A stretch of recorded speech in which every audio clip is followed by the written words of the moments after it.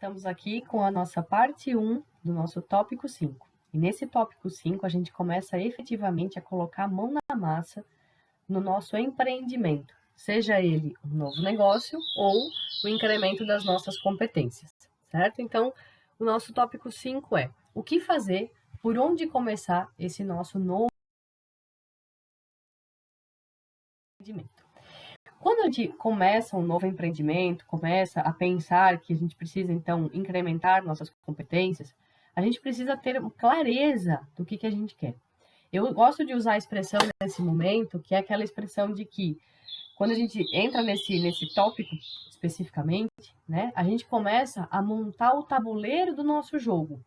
É como, sabe quando criança a gente abria os jogos, né? Vinha a caixa do jogo. A gente vai abrir o jogo, vai abrir abrir a caixa do jogo, abrir o tabuleiro, começar a distribuir as peças, as cartas do jogo, enfim, é exatamente isso que a gente vai fazer em relação ao nosso empreendimento. Claro, a gente não tem aqui uma caixa, a gente não tem um tabuleiro, efetivamente, as peças, mas a gente tem dados e informações com as quais a gente precisa lidar.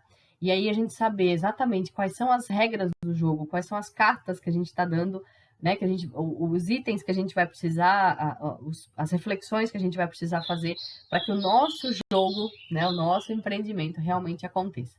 Então, nós precisamos identificar e localizar as oportunidades do mercado que tenham a ver com esse empreendimento. Então, precisa ter, obviamente, né, essas oportunidades, elas têm que ter compatibilidade com as características individuais. Ou seja, de nada adianta eu imaginar um negócio que não tem nada a ver comigo. E por que isso, efetivamente, né? A questão da compatibilidade com as características individuais significa a aderência às suas competências, aos seus conhecimentos, às suas habilidades, às suas atitudes, né? Ao que você efetivamente é. Porque riscos você vai correr, problemas vão acontecer, dias ruins também virão. E aí, se você tem essa aderência com as suas características, você faz algo que você gosta, você faz algo que te brilha os olhos, fica muito mais fácil passar por esses obstáculos, né? E também é importante que nós tenhamos um objetivo maior em mente, ou seja, que a gente tenha uma visão de futuro. Porque não só pensando em empresa, gente, não só pensando em, minha empresa, a visão de futuro que eu tenho para ela é essa, ok. Mas e para você, empreendedor? A gente não pode esquecer que quando nós entramos nessa jornada empreendedora, o coração da jornada somos nós mesmos, né? Então, o nosso empreendimento, seja ele, de novo, né, em relação com as nossas competências. Eu sou CLT, vou melhorar, incrementar minhas competências. Ou vou abrir um próprio negócio. O coração de tudo isso sou eu, o empreendedor. Então, eu preciso imaginar para mim aonde eu quero chegar daqui a 5 anos com esse empreendimento. Eu vou abrir um empreendimento por quê? Porque eu vou realizar um sonho. Então, eu me vejo realizado, é satisfação pessoal que eu busco. Então, daqui a 5 anos eu estarei dessa maneira.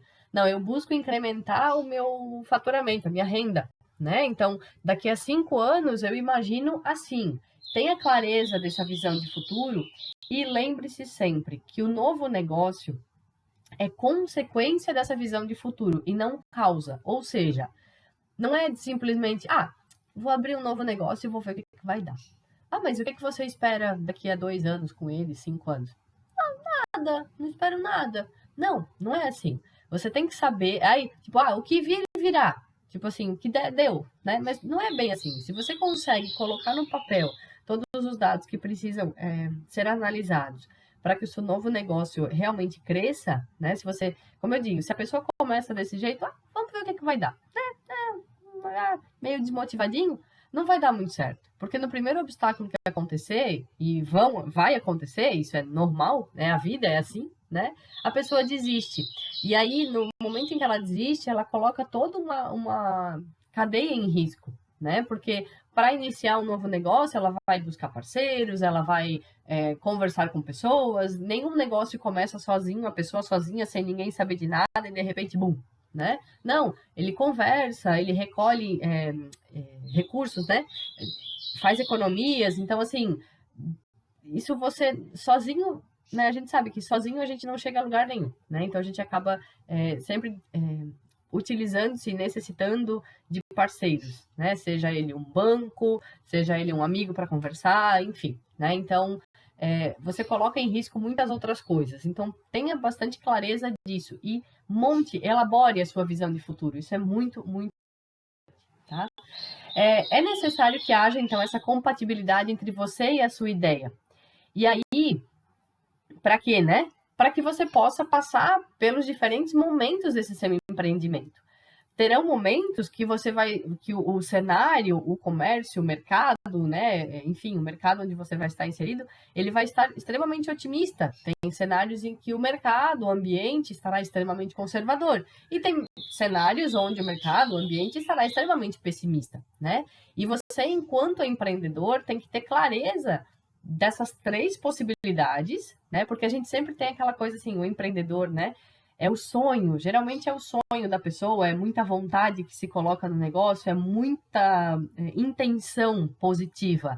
E o empreendedor acaba tendo a visão sempre muito positiva, tudo acontece, e realmente, lei da atração é isso, a gente começa a pensar numa coisa, a gente quer executar, aquilo parece que gira em torno da gente, né? É igual quando a gente fala assim, comprei um carro branco, a gente só vê carro branco. Puxa vida, estou grávida, a gente só vê mulher grávida, né? É assim, funciona, é científico, o universo tá aí, né? A gente começa a prestar atenção nas coisas que nos interessam, vamos dizer assim, né? Não quer dizer que aparecem mais pessoas nessa situação ou mais carros brancos, mas é porque a gente começa a prestar atenção nisso. Então, o empreendedor, ele é essa pessoa que presta atenção no seu negócio, que quando quer começar o negócio sempre vê cenários positivos. Mas é importante que a gente faça esse exercício, né, do cenário, de estabelecer cenários otimistas, conservadores e pessimistas. Inclusive, aqui eu faço um adendo, essa nossa aula, gente, ela é uma aula bastante densa, tá? O que significa isso? Ela é uma aula que ela tem poucos slides, mas que várias vezes nesses slides eu vou pedir para vocês pararem e realizarem exercícios.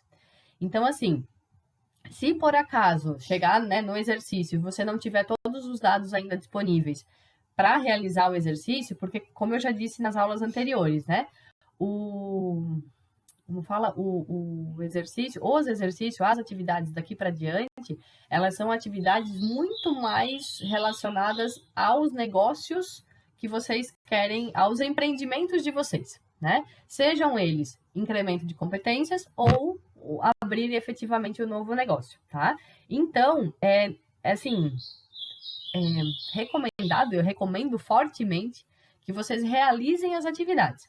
Mas, se no momento agora vocês não têm as cartas, né, os dados para vocês poderem resolver e fazer as atividades, guardem esse material, mantenham-se firmes e resilientes nesse propósito de vocês.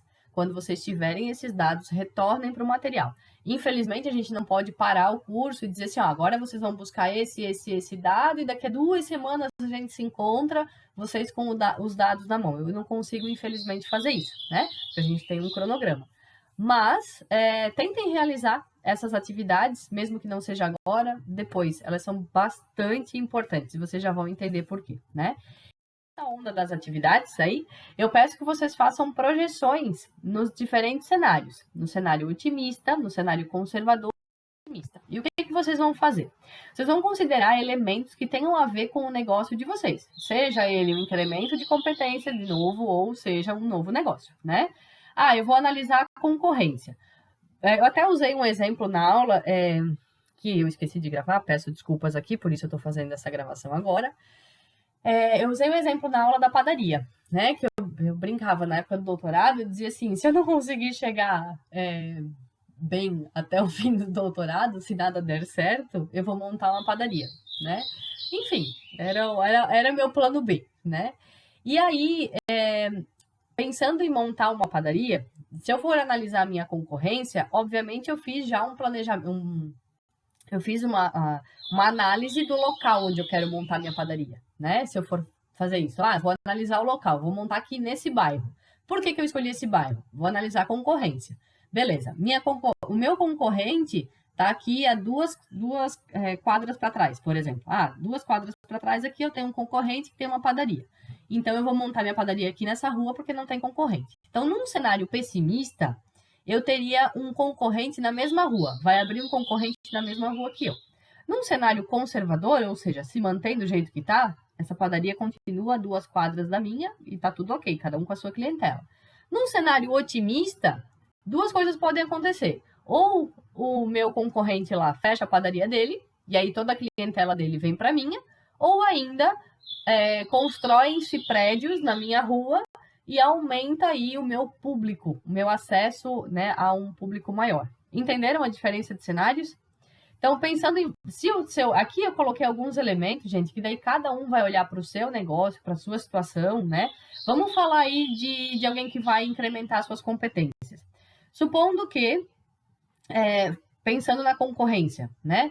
A concorrência, então, quem é? São todas as pessoas que trabalham no mesmo ramo que eu trabalho. Eu sou vendedor, né? Então, eu sou vendedor.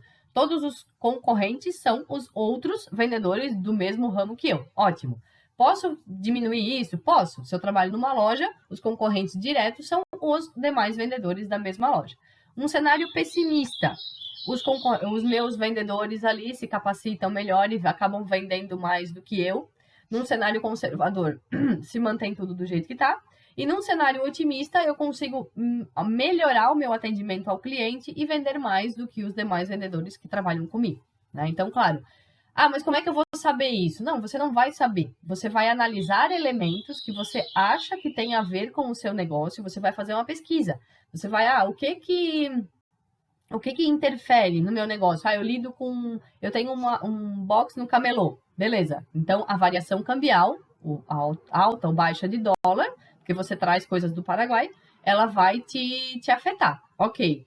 A inflação, ou seja, aumenta ou diminui o poder de compra. Geralmente agora a inflação está impactando bastante nos investimentos imobiliários, por conta da Selic, que aumentou, a TR voltou, enfim, né? Eu vou fazer grandes investimentos?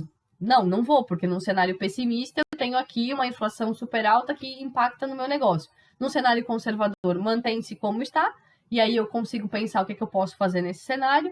E num cenário otimista, inflação desceu e eu vou ter, vou ter mais clientes. Enfim, vocês pensem em cada um dos elementos, tá? Como eu disse, parem agora e tentem fazer esse exercício para que vocês possam ter essa idealização de cenários. Depois vocês voltam aqui e continuam. Continuando, então, no momento em que a gente consegue ter uma ideia dos cenários, né, conservador, pessimista, otimista, enfim, a gente começa a reunir forças, o empreendedor começa a reunir forças para efetivamente realizar o seu negócio. Então, o livro que a gente segue, que é o tal do Chiavenato ali, até já mostrei para vocês, ele traz 6 fatores vitais para se abrir um novo negócio, e ele, nesses 6 fatores vitais, ele acaba pontuando bem a questão de sociedade, né? Mas eu aqui faço um adendo, e também de outras leituras que eu já fiz, né, livros sobre empreendedorismo, que falam que o empreendedor, ele não está só. Ele não é uma pessoa, ainda que ele não vá montar uma sociedade, ele não está sozinho, né? Nós não estamos sozinhos. É muito difícil nós efetivamente estarmos sozinhos com a nossa vida, com as nossas ideias, enfim, a gente tem um amigo, uma amiga, um pai, mãe, tio, tia, vovó, filhos, esposo, esposa, aí cada um tem a sua vida e sabe qual a pessoa de sua confiança que você vai poder acessar para conversar sobre o seu negócio, né? Mas ainda assim, né, de novo, falando sobre a questão de convergência pessoal das minhas habilidades, das minhas competências com o negócio que eu quero realizar. E se eu tiver um sócio ou alguém que vai trabalhar comigo, efetivamente nós temos que ter ideias parecidas, né? De nada adianta a gente ser super diferente, ter ideias super diferentes e cada um pensa A, o outro pensa B sobre um determinado negócio, a coisa não vai para frente. No sentido do negócio, não quer dizer que a gente não possa ter opiniões diferentes, tá, gente? Não é isso. É em relação ao negócio. Nossas ideias têm que convergir. Se for em questão à sociedade ou a pessoas de confiança, tudo tem que ser complementar, ou seja, nada não, mas assim, sempre que eu for falar com alguém, essa pessoa tem que complementar as minhas ideias. Dificilmente a gente busca alguém para diminuir as tuas ideias, para dizer assim, isso não vai dar certo, meu Deus, não, para que você quer fazer isso? Tira essa ideia da cabeça. Claro, vão existir momentos em que críticas vão aparecer e elas são benéficas para a gente parar, sentar, analisar e verificar o que a gente pode fazer.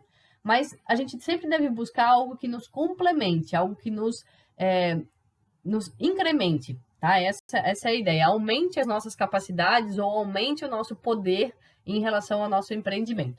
Companheirismo, super importante, alguém que você vai, um ombro para chorar, um ouvido para te ouvir, uma mão para você segurar, né? Seja essa pessoa o seu sócio ou quem quer que seja que você escolheu, que seja a tua pessoa de confiança, agora, né, os próximos 3 níveis, que seja a tua pessoa de confiança e que te compreenda nesse processo, né?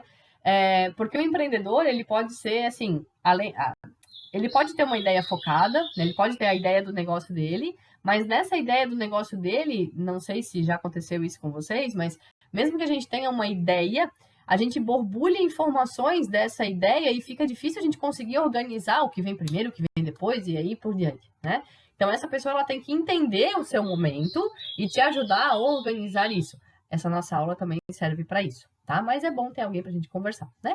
E também, obviamente, entender a pessoa, entender a sua circunstância, né? Essa circunstância do empreendedor, aquela pessoa elétrica que pensa 1.599 coisas ao mesmo tempo e que você está conversando com essa pessoa justamente para conseguir organizar as suas ideias. Então, assim, tem gente que fala, meu Deus, o fulano só fala em negócios, não dá mais para conversar com ele. Nas últimas 2 semanas ele só fala em negócios, ele só fala em investimentos, ele só fala na loja nova, enfim. Tenha paciência. É assim, o empreendedor é assim, né? Ele vai precisar desse tempo para digerir as ideias. E aí, para reunir forças, a gente precisa responder algumas perguntas, né? Que nicho de mercado que eu vou atender? Quais serão os meus produtos e serviços? Quais são os produtos e serviços dos concorrentes? Os pontos fortes e fracos, os meus enquanto empreendedor, que eu vou colocar isso nos meus produtos, né? Quem serão os meus clientes? Como é que eu vou atender eles? Que valor que eu vou criar para eles diferente dos meus concorrentes? Quais seriam as vantagens competitivas que eu vou trazer? O que eu vou trazer de diferente para esse mercado, né, que os concorrentes hoje não fazem? Quem são os meus fornecedores potenciais? Quais, como eu disse, né, os principais concorrentes? Quais são os riscos desse negócio e aonde esse negócio pode chegar? Ou, lembra da visão de futuro, do plano de vida, né? Aonde eu quero chegar com esse.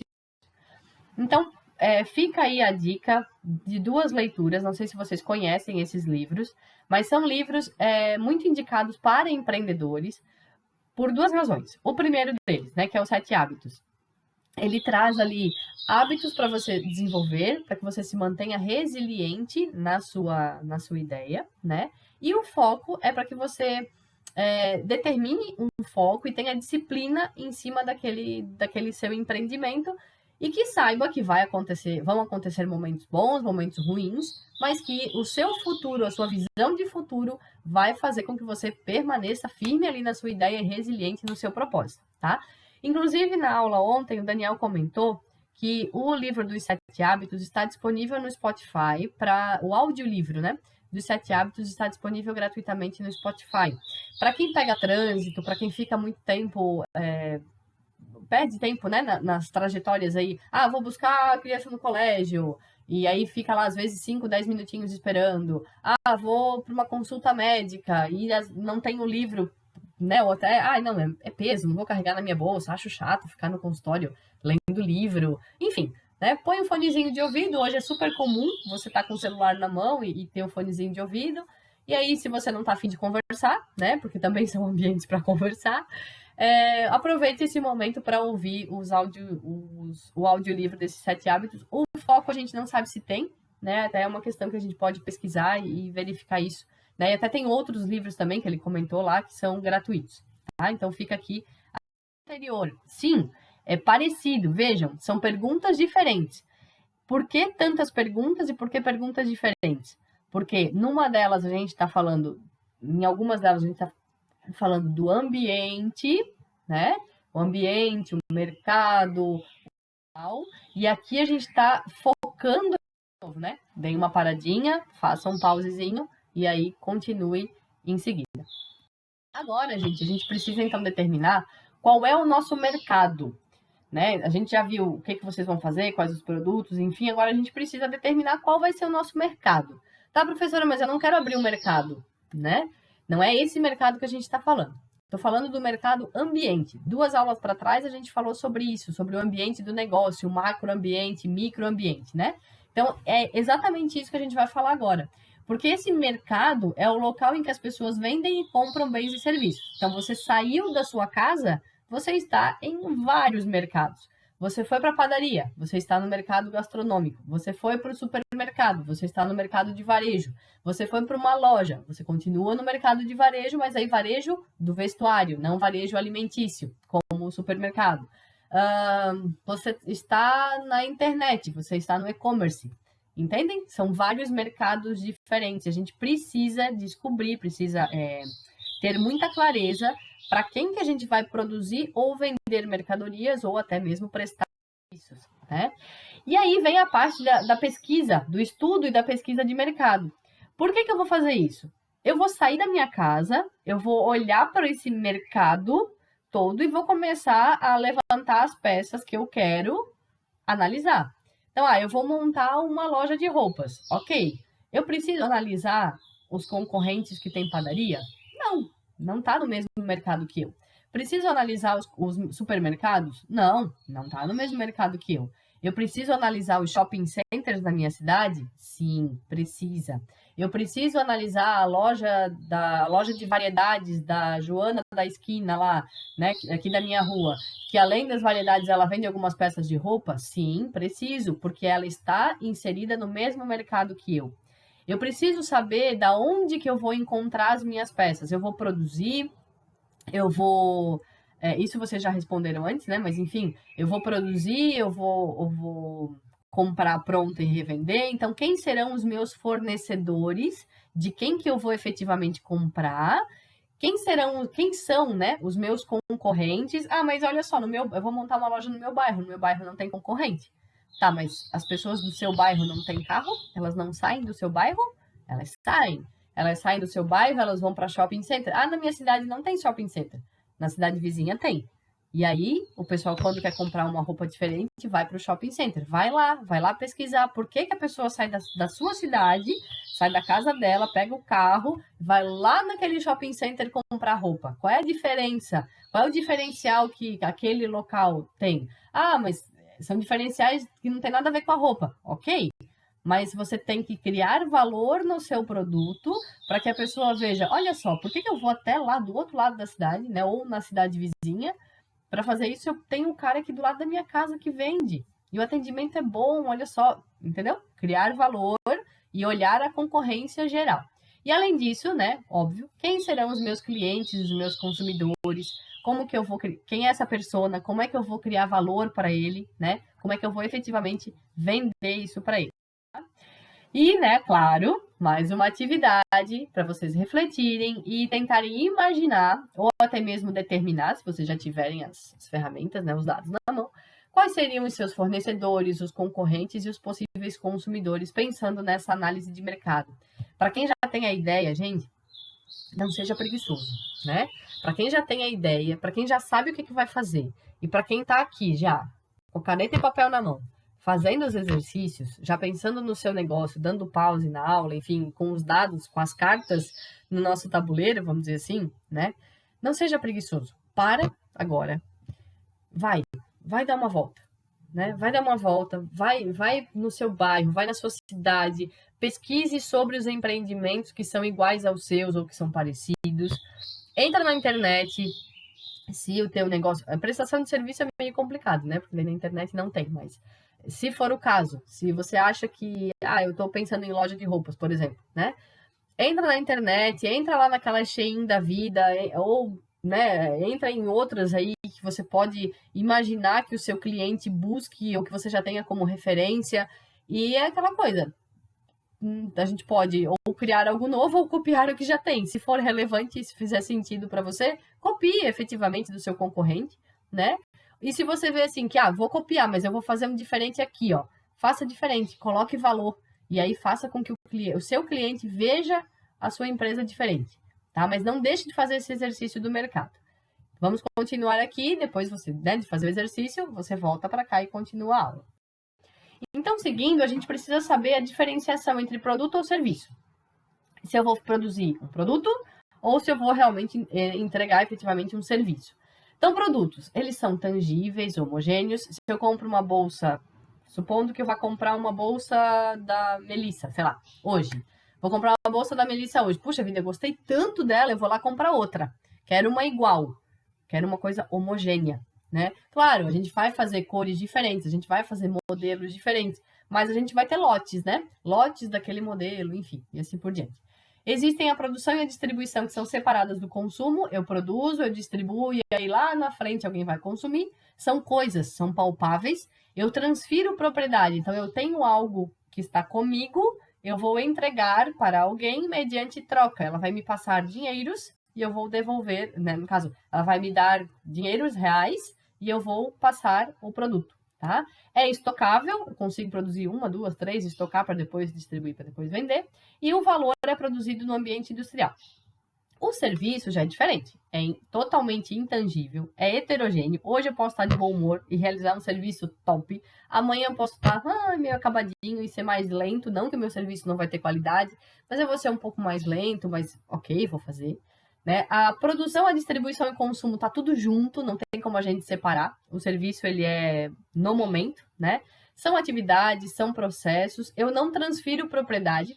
Não é porque eu sou um encanador, vou lá resolver um problema com os canos, que eu vou deixar de ser encanador quando eu terminar de resolver o problema. Não. Eu não transfiro meu conhecimento, ele está comigo, né? É perecível. Essa questão, esse dado dele ser perecível é muito importante. Por quê? Como é que ele é perecível, né? Ele estraga? Não, não é que ele estraga. Mas a gente precisa estar em constante evolução. A gente precisa estar em constante avaliação e reavaliação.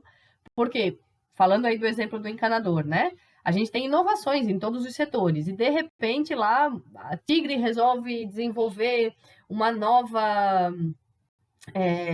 um novo acoplamento entre tubos e conexões lá. E aí o encanador chega na sua casa, olha aquilo lá e fala, poxa vida, não sei trabalhar com isso, né? E aí, por isso a questão do perecível, né? Esse conhecimento, ele tem que ser reciclado, ele tem que ser incrementado o tempo todo.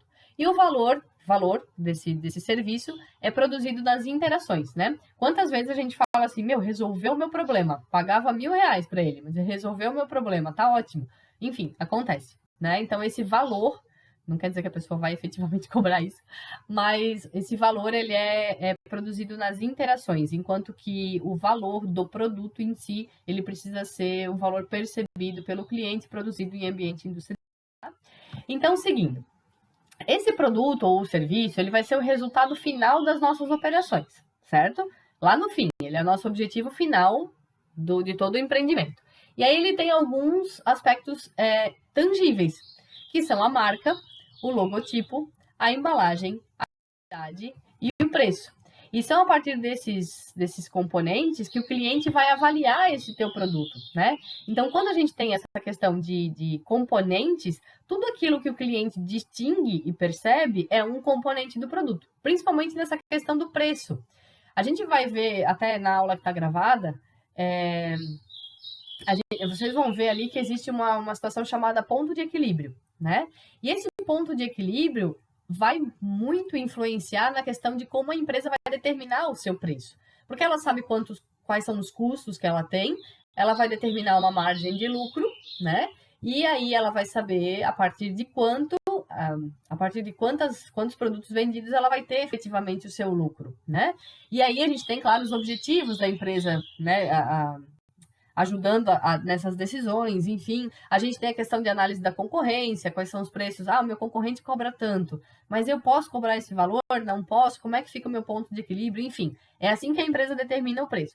Já o cliente, ele olha para o seu produto e ele olha o preço e fala, não vale. Ai, não vale. Quem trabalha com artesanato, gente, sabe muito como é que é isso, né? Do tipo assim, você faz um produto super elaborado, demora pra caramba, você coloca dedicação, horas de trabalho. Geralmente quem faz o macramê é um pouquinho mais rápido, a depender da peça, né? Mas pensando num crochê, pensando num tricô, né? Pensando nas peças de patchwork mais elaboradas, um bordado principalmente. O cliente olha o produto, se aquilo não chamou atenção, ele não paga nem R$10. Ele fala, ai, não vale. Que? 50? Não compro, não. Não dava nem 10. Não existe valor percebido, né? Já quando aquele produto, vamos falar, vamos dar um exemplo mais concreto. No caso dos bordados, tá? Quando você tem, por exemplo, você vai fazer um bordado num bastidor, certo? Estou pensando no bordado no bastidor, ok. Aí você resolve bordar uma flor, uma árvore, uma flor, ok, bem linda, demorou um tempão, você ficou uma semana ali em cima, são semana, né? Uma semana de trabalho, olha só quanto que, né, custa isso, né? Do seu tempo, obviamente. Ok, aí você coloca lá um preço e coloca para venda. R$ 100, bastidor lá da árvore e da flor. A pessoa olha, ai, nossa, mas que caro, R$ 100 por um negócio desse. Aí daqui a pouco a pessoa vem e fala pra você assim, você borda foto? Bordo. Ah, eu queria uma foto minha com a minha avó, você faz? Faço. É apenas contorno, tá? Vou tentar exemplificar aqui. É apenas, eu não trouxe a foto, né? Até porque esse exemplo me ocorreu agora. A árvore e a flor é cheio lá, é ponto cheio, é como se fosse uma pintura, você demora tempo olhando as cores, mudando as nuances, troca de cor, vai a semana toda para produzir. A foto é só contorno. Você sabe que na sua produção você leva ali no máximo, estourando 2 dias para fazer todo o processo. E aí a pessoa ela veio te pedir, ela veio, né, quer que você faça, e aí você fala assim, sim, eu faço, R$ 200. A pessoa nem pensa. Por quê? Porque ela quer. Entende o valor que tem para ela? Consegue entender a avaliação de valor percebido, de objetivo desejado pelo cliente em relação ao produto? Essa é a situação, né? A gente precisa encontrar nos nossos produtos, nos nossos serviços, um diferencial que faça com que o cliente perceba o valor do nosso produto, do nosso serviço. E aí sim, a gente consegue colocar, aí é o que a gente chama de valor agregado, né? Um preço. Por que uma bolsa da Prada, Gucci, ou enfim, pensem aí a marca que vocês gostam? Primeiro, sempre vem, por causa daquele filme, né? Do Diabo Veste Prada, vem a questão da bolsa da Prada. Pensem numa marca super, e agora pensem nas bolsas que a gente encontra no camelô, talvez uma Havan da vida, né? Aqui para nós é mais tranquilo a Havan. Então, pensem, qual é a diferença das duas bolsas? Professora, mas tem uma certa diferença de qualidade.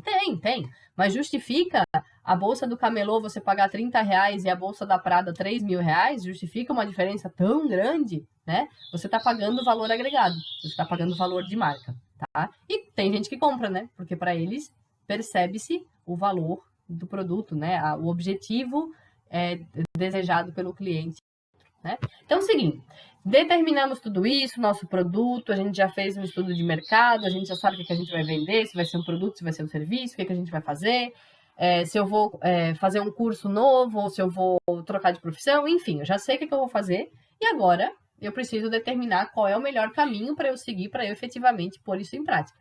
A gente precisa ter alguns pontos específicos para isso. Então, vamos começar? Vamos. Primeiro passo, um estudo de viabilidade financeira, que é o que a gente vai fazer aqui, começar aqui na aula, né?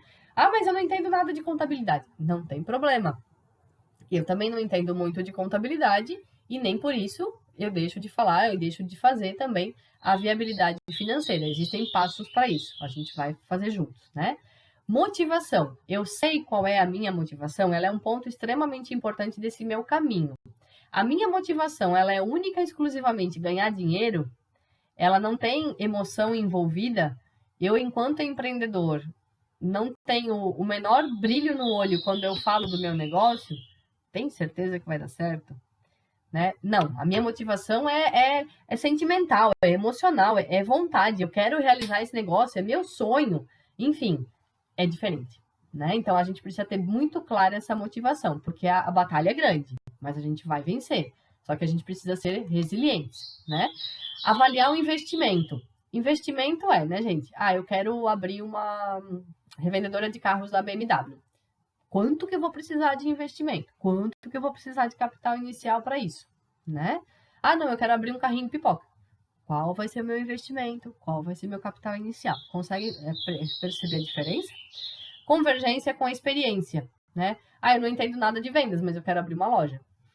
Então, calma, vai aprender primeiro a ser vendedor, depois você abre a sua loja. Ganhe experiência para isso. Ah, não, eu já sei. Ótimo. Você já tem experiência no seu negócio. Abra a sua loja. Fazer uma análise de mercado, extremamente importante. Ter um fluxo de caixa, ter reservas de segurança, porque você vai começar um negócio, né? Você vai começar o empreendimento e muito provavelmente para isso você vai usar as suas economias. Então você tem que entender que você empreendedor pode até ser, como é que fala, chefe de família, seja homem, mulher, enfim, né? Você é chefe de família, ou você pode se tornar, você tem contas a pagar, vamos lá. Né? Nós todos, independente de sermos chefes de família ou não, nós temos contas a pagar, né? E aí nós precisamos de reserva de segurança. Se por acaso acontecer de nós não termos um mês bom, com boas vendas, eu tenho despesas a pagar. Então, reservas de segurança é extremamente importante. E as análises de desempenho e retorno de investimento, para que a gente possa ter noção do que está acontecendo. Aquilo que não é medido, eu não consigo gerenciar. Então, eu preciso medir, né? Quanto foi meu capital inicial? X. Quanto é o meu capital hoje? 2 meses depois, 5 meses depois, 10 meses depois, 1 ano e assim por diante, tá? Então, precisa medir. A viabilidade financeira, a gente vai calcular ela, pensar nela, né? Por conta das decisões que o empreendedor precisa tomar nesse caminho. A gente vai precisar tomar várias decisões enquanto empreendedores, e se a gente não tiver os dados, lembra do tabuleiro? A gente está montando o nosso tabuleiro. Ok, joguei o dado, né? Joguei o dado lá, deu 5. Eu posso ir para frente, para trás, para os lados. Para onde é que eu vou? Não sei, porque eu não tenho as informações. Que decisão que eu tomo? Não sei. Eu não tenho as informações para eu tomar a minha decisão. Então, a viabilidade financeira nos dá essas condições, essas informações, né? E esse projeto, então, claro, é para potencializar as oportunidades, né? E aumentar as chances do nosso negócio dar certo. É para reconhecer as ameaças e os riscos e tentar neutralizar ou tentar reduzir ao máximo essas ameaças, esses riscos, né? E muito, muito, muito importante, né? É para também descobrir como criar valor para o cliente e, obviamente, aquilo que todo mundo quer, gerar riqueza para a empresa e para o empreendedor, né? Ah, mas eu vou ficar rica já montando meu negócio? Depende, se esse é o seu objetivo, vai, mas coloque isso como seu objetivo e defina o que é riqueza para você. Tem pessoas que definem a riqueza como saúde. Ótimo. A pessoa, durante a sua jornada, ela destaca um tempo para fazer atividade física, para fazer os check-ups semestrais, ela cuida da sua alimentação, ela trabalha enquanto empreendedor, gera dinheiros, gera reais, para que ela possa investir na sua saúde, e aí é o objetivo dela, a minha riqueza é ter saúde. Ótimo. Para outros, a minha riqueza é ter um tempo de lazer com a minha família. Ótimo, você vai determinar na sua semana quantas horas você vai trabalhar para que no final de semana, ou à noite, ou à tarde, aí você, como empreendedor, vai aí encontrar o seu ponto de equilíbrio, né? Falando assim, em relação ao que você determina como riqueza, tá? Então, tomem muito cuidado, gente, quando a gente fala em riqueza, de pensar efetivamente em dinheiro, porque nós temos Isso, na verdade, é um sabotador, tá? Vamos falar aqui um pouquinho de coach. É um sabotador. Quando a nossa sociedade, né? Dificilmente são as pessoas que pensam em riqueza como algo, uau, benéfico, sabe? Muita gente pensa em riqueza como soberba, como avareza, como coisas ruins. Um rico que não ajuda os outros, um rico que pisa em cima dos outros, um rico que se aproveita dos outros. Essa é a nossa ideia de riqueza. Então, cuidado. Cuidado, determine a sua riqueza e não pense como um sabotador. Não pense em coisas ruins. Ser rico não é ruim, tá? A gente tem que desconstruir essa ideia de que ser rico é ruim, né? A gente precisa entender que o empreendedor pode sim ser rico, ele pode sim ter muitos dinheiros acumulados, ele pode ter muita saúde, ele pode ter muito lazer. Defina aí qual a sua riqueza. Aí um adendo aí. E aí nesse projeto, depois, sim, vocês vão ter que fazer essa atividade, então já se preparem, né, para ela. No projeto de viabilidade financeira, a gente precisa responder: o que eu vou produzir? qual é o meu produto ou qual é o meu serviço? Quais são os atrativos que vão me diferenciar dos concorrentes? E quais atividades que eu posso fazer que vão me diferenciar dos concorrentes? Para quem? Esse bonequinho aqui do lado, gente, ele é a nossa persona. Já ouviram falar? Marketing digital, a gente fala muito em persona. Quem é a persona? É o meu cliente. Eu vou materializar esse cliente. Eu vou pensar nele, né? Qual é o perfil desse cliente? Ah, eu vou fazer uma loja de roupas. Ok, vou preparar uma loja de roupas, tá? Para quem? Eu vou trabalhar com público feminino, público masculino, público infantil. Não, eu vou trabalhar com geral. Feminino, masculino, infantil, todo mundo. Tá bom. Então você vai trabalhar com um público familiar. Pense nessa família. Pense nesse pai, pense nessa mãe, pense nessa criança, nesse adolescente, enfim. Pense no todo. Qual é o perfil deles e o que, que você pode fazer para que você atinja, então, esse cliente e crie valor para esse seu perfil de clientes, né? Qual é a faixa etária deles, o que, que tem valor para eles, quais as expectativas desse público e como você vai chegar neles, onde eles estão. Por que, que você vai fazer isso? Qual é o motivo desse investimento nesse tal negócio? Esse negócio é novo, já é antigo, já existe? É uma carência de mercado? Os concorrentes que estão nesse mercado não estão realizando? Por quê? Você tem alguma inovação tecnológica para apresentar? Essa inovação ela é super, super inovadora, cuidado. As pessoas estão preparadas para ela ou não? Você vai preparar o mercado para? Como você vai fazer isso? Né? Existe alguma brecha no mercado ou apenas é uma necessidade de independência financeira? Eu até comentei que existem agora a geração, né, dos não é nova geração, isso sempre existiu, mas é que agora está muito mais evidente por conta da nossa pirâmide etária, né, do Brasil e de outros países, de que nós temos no mercado de trabalho pessoas 40 a mais, 50 a mais, 60 a mais, enfim, a nossa legislação permite que a partir de 60, 65, né, mulheres, homens, enfim, o pessoal se aposente. Então, algumas empresas, elas levam isso a ferro e fogo, né? A pessoa chega numa determinada idade, ela é aposentada e não pode continuar trabalhando. E aí essas pessoas vão para casa e decidem que não querem ficar no sofá tomando chazinho, vendo televisão o dia todo e resolvem empreender por uma questão de independência financeira e também oportunidade e também utilidade, né? Querem se sentir úteis. Então, e óbvio, né? Elas não vão simplesmente entrar no mercado para fazer qualquer coisa e sem um planejamento. Elas planejam, tudo isso tem a ver com o senso de utilidade e tudo mais. Mas a gente tem, sim, essa questão de independência financeira também. Com quem que eu vou trabalhar? Eu vou escolher sócios para trabalhar comigo, eu vou montar a sociedade, eu vou... enfim, vou trabalhar sozinho, mas eu vou ter as minhas pessoas de confiança para conversar, né? Se eu terei sócios, esses sócios eu vou escolher eles porque eles têm capital ou porque eles têm competências que eu não tenho e que eu preciso aprender, digamos assim, né? Eles vão contribuir com ideias ou com dinheiro? E ainda, né? Eu tenho afinidade pessoal, conheço essas pessoas, tudo mais, ou apenas é questão de família? Ai, meu primo, o cara é para frente, sabe mexer com a internet, vamos criar uma loja virtual aí, né? Avalie esse seu sócio, possível sócio, né? Essa pessoa que vai entrar com você no seu negócio, avalie se a pessoa realmente está determinada, avalie se vocês têm aquela convergência de ideias, aí volta lá para os primeiros slides, aqueles 6 pontos lá, e se realmente você for montar uma sociedade, pense naqueles 6 aspectos, pensando no seu sócio, na sua sócia, nessa pessoa, né? Nesse elemento que vai entrar no seu negócio e que vai entrar nesse barco contigo, né? Cuidado, a gente precisa ter muita noção, muita clareza, né? Se a pessoa vai entrar no nosso barco para ajudar a remar ou para fazer buraco, né? Então, tenha muito cuidado em relação a isso, né? A confiança é muito importante. Por quem? Quem é que vai preparar? Você vai prestar um serviço ou vai produzir um produto e você vai fazer tudo sozinho? Você vai ser o empreendedor solo, aquele que chuta, corre para defender, é o goleiro, faz gol, enfim, você é a pessoa que vai fazer tudo ou você vai ter pessoas para te ajudar, né? Qual é o tamanho dessa equipe? Quantas pessoas serão necessárias?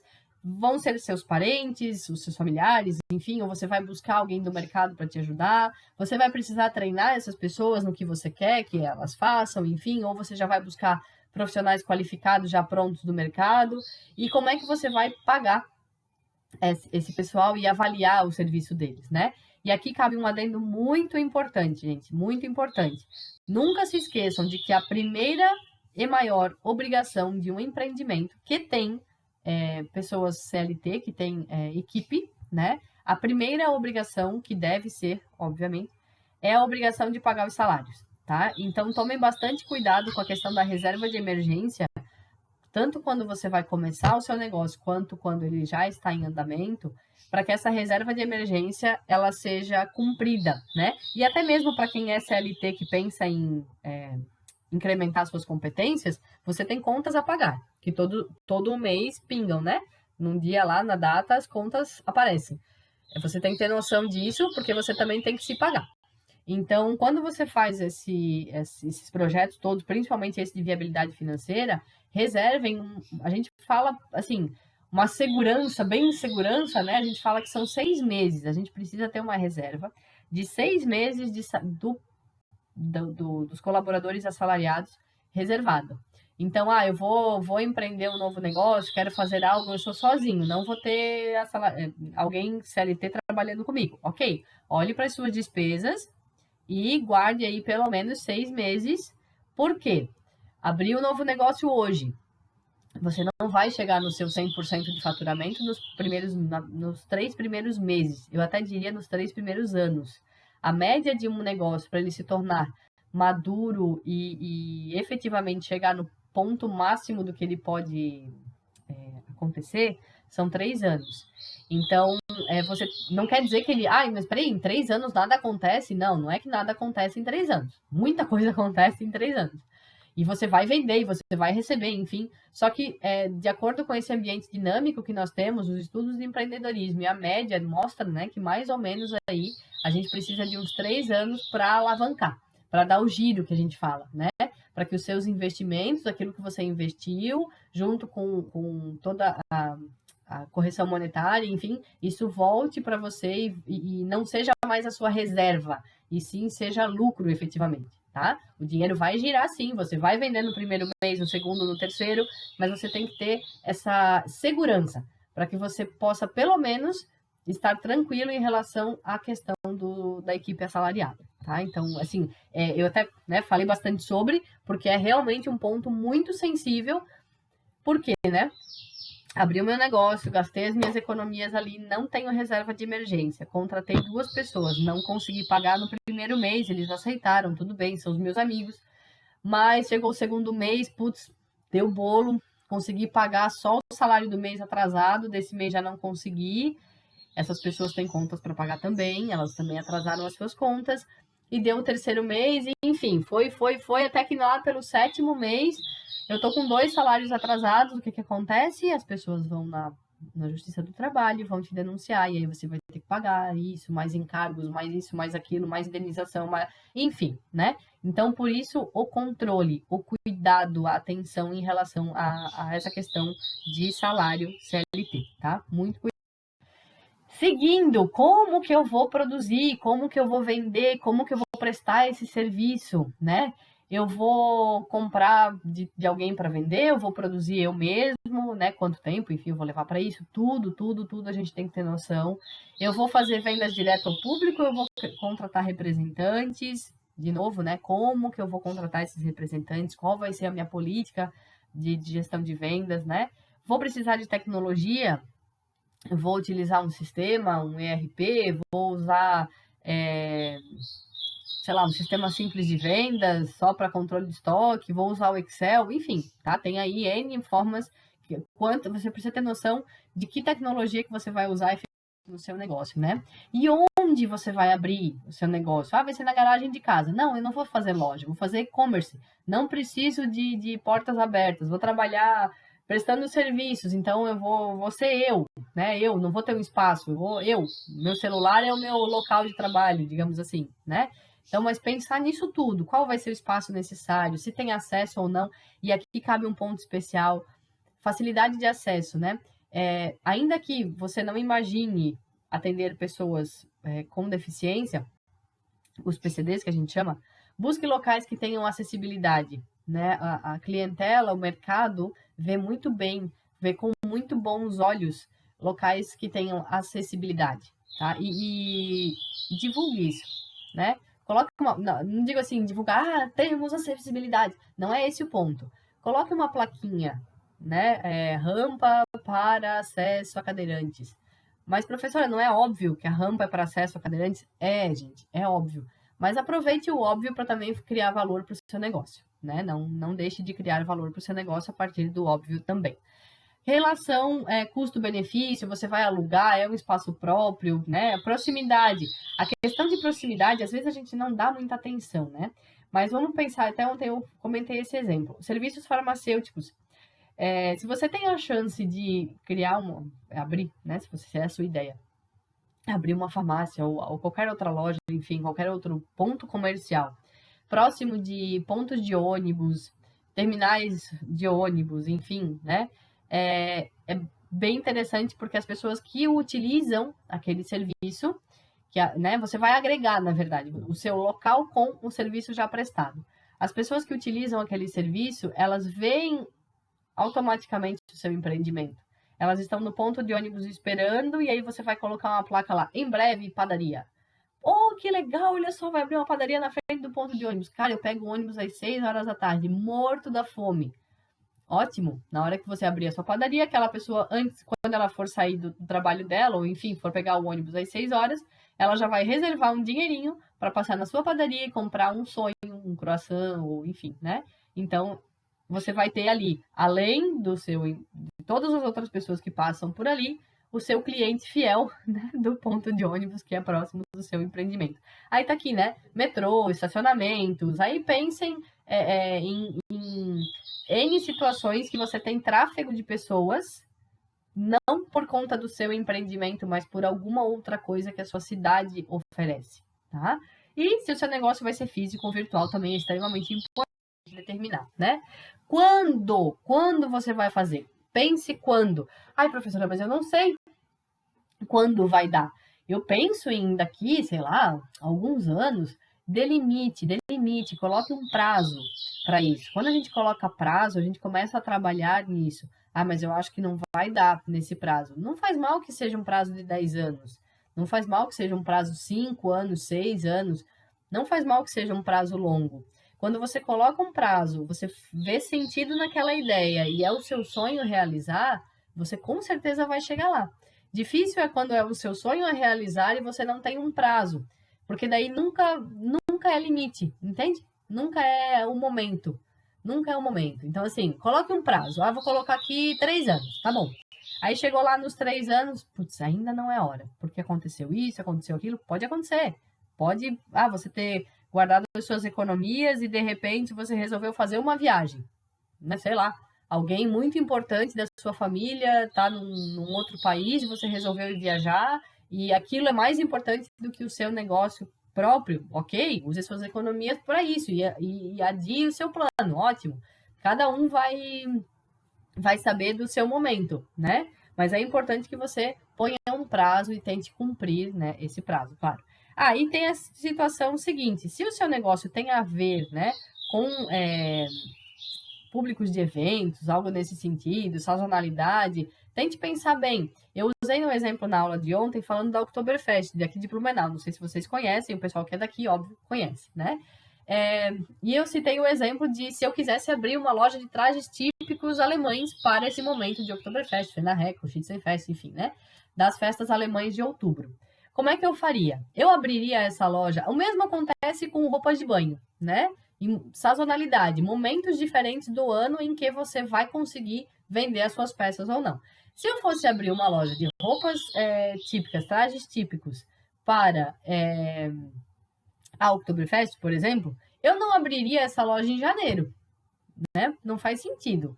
A Oktoberfest em outubro, tá certo que muitas pessoas começam a se preparar para o evento no início do ano já, a gente sabe disso, mas vamos combinar que o período maior de vendas desses trajes passa ali por agosto, setembro e outubro.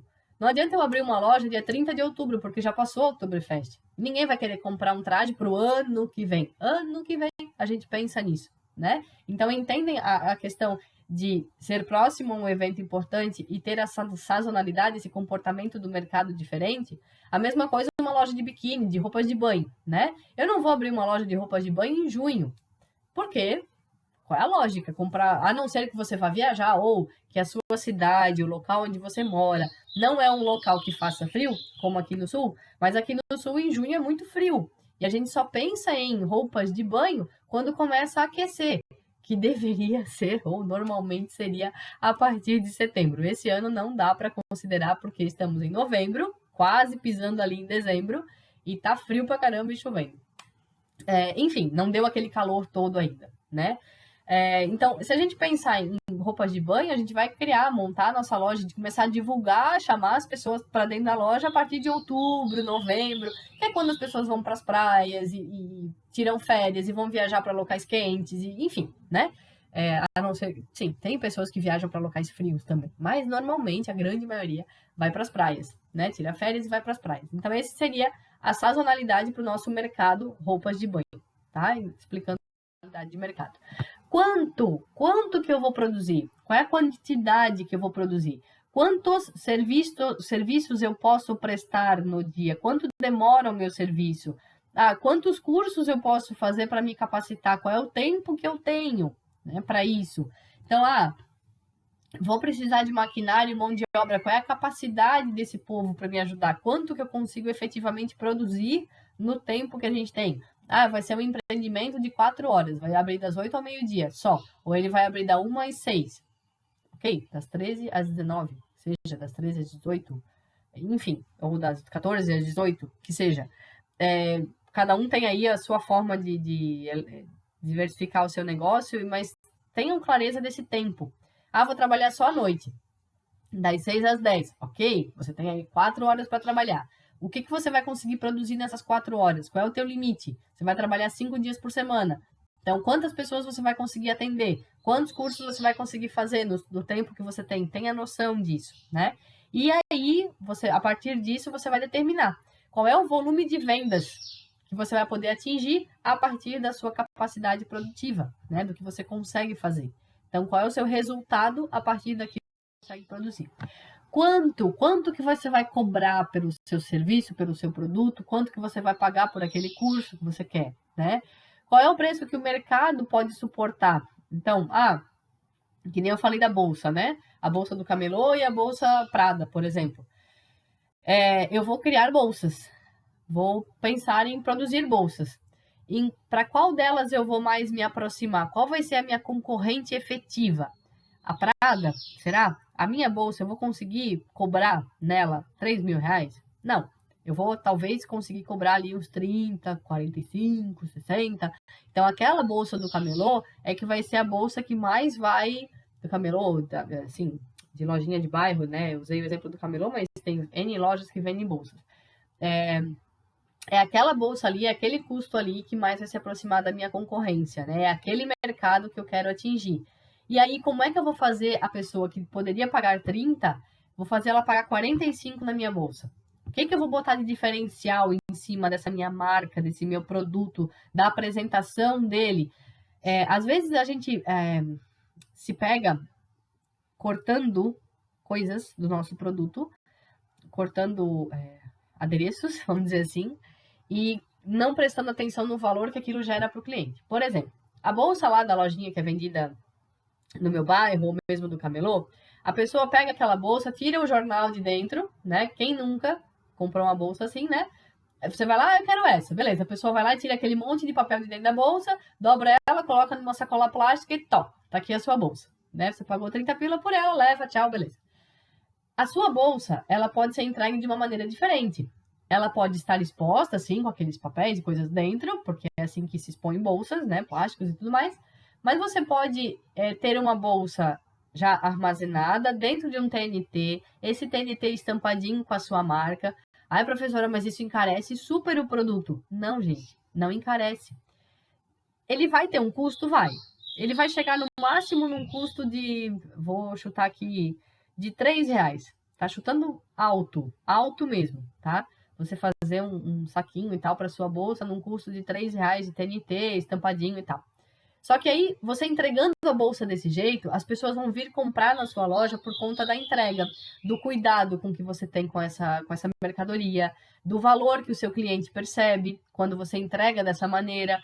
Quer ver se você colocar um cheirinho? Coloca um cheirinho dentro do seu pacote para você ver. Se o cliente não vai reforçar e vai vir várias vezes na sua loja comprar para dar de presente, olha só a embalagem que a pessoa fez para mim. Olha o cheiro dessa bolsa. Entendem? Tem um diferencial, gente. E esses diferenciais, às vezes, a gente pensa, não, mas isso encarece demais. Não, é só a bolsa da Prada que vem em bolsinha de TNT. Não tem lógica fazer isso. Tem. Protege o seu material. Além de proteger o seu material, cria valor para o cliente. Olha aí, né? Ideias para vocês, tá? Jogando ideias aí na mesa, montando o tabuleiro, interferindo, dando uma chacoalhada no tabuleiro de vocês, fazendo as pecinhas aí se mexerem para vocês terem ideias, né? E aí, se você vai ter um preço promocional, né? Como é que você vai fazer esse preço? Cuidado para não desmerecer, né? Não de reduzir o valor do seu produto. Tá? E agora, claro, né? O exercício para vocês retornarem a esses primeiros slides e responder as questões pensando no negócio efetivo de vocês. Deem um pause, então, e vão fazer esse exercício, né? Falando ainda do nosso projeto de viabilidade financeira, a gente precisa determinar o volume da atividade econômica, que era isso que a gente também já conversou sobre, né? A questão de produção, quanto que eu vou produzir? E aí agora vem a pergunta, quanto que eu posso vender? Qual é o volume dessas vendas, né? Quanto que eu posso comprar? Qual é o volume dessas compras, né? Qual é o capital inicial que eu vou precisar para o meu negócio? Quantas máquinas e equipamentos eu vou precisar comprar? Quantas pessoas? O espaço e assim por diante. E a partir disso, eu preciso definir os custos. Então, 2 custos são os principais, né? Óbvio, os importantes. Custos fixos, aquele que sempre vai incorrer, sempre vai acontecer, independente de eu vender ou não. Então, é aluguel, taxa de energia, taxa de lixo, água, enfim. Se eu tiver colaboradores, o salário deles. Então, isso são custos fixos. Significa que, deu aí uma situação igual a gente teve feriado. Deu feriado. Vamos lá. Meu melhor dia de vendas é uma sexta-feira. Sexta-feira é o dia que eu mais vendo ou que eu mais produzo. E justamente na sexta-feira é feriado. Beleza. Naquele dia, né, óbvio, feriado, não trabalhei, fechei a empresa. Na hora de fazer o pagamento dos meus colaboradores, eu não vou descontar um dia, porque foi feriado. Então, todos esses custos que acontecem, independente de ser feriado ou não, né, independente de eu abrir o meu negócio, vender, atender, estudar, enfim, ou não, são custos fixos, porque independem da venda. Os variáveis é aqueles que estão relacionados com o volume de produção, ou seja, é o custo do meu produto, né? Então, eu vou produzir, falando dos vestidos da outubro, eu vou produzir 10 vestidos, eu vou ter um determinado custo. Eu vou produzir um vestido, eu vou ter outro custo, né? Tecido, linha, bordado, renda, enfim, né? Tudo isso vai ser custo do meu produto, efetivamente. E esse vai ser um custo variável. Porque se eu produzir e vender, né, um vestido, eu vou ter um custo. Agora, se eu resolver fazer um estoque, eu vou fazer um estoque de 10 peças pelo menos, né? Uma P, 2M, 2G, uma GG, sei lá, ou 3M, 3G, 2GG e uma P, 2P, enfim, né? Eu vou definir aí. Ok, vou produzir e deixar em estoque. Eu vou precisar comprar material para produzir. Então, essa compra de material para produzir é o meu custo do produto. E ele é variável, porque se eu resolver produzir um vestido só, vai ser um custo X.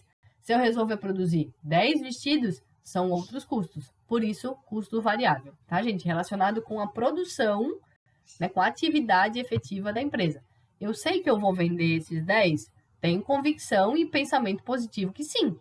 Mas, esses custos, eles acontecem antes da venda. Eu estou torcendo para vender, certo? Mas esses custos já aconteceram antes.